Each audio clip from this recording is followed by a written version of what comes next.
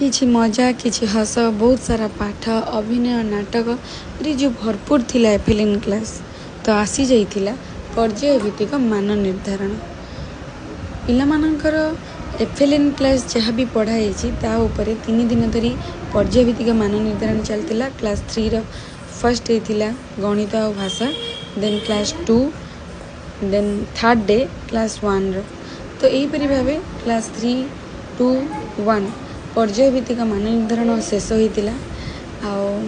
Actually गोटे teacher जहाँ भी पढ़ाए और पिला माने जहाँ भी ग्रहण करती से शिक्षण पद्धति हो कि शैक्षिक परिवेश हो सेतेबेले फलप्रद हुए जेतेबेले ई मान निर्धारण पिला मानक रिजल्ट आसे। तो से रिजल्ट रो जना पड़ो पिला माने केते ग्रहण करछन्ती और आमर शिक्षणदायक जो परिवेश थिला केते दूर सफल होईछि। आई होप से माने भल रिजल्ट करिवे।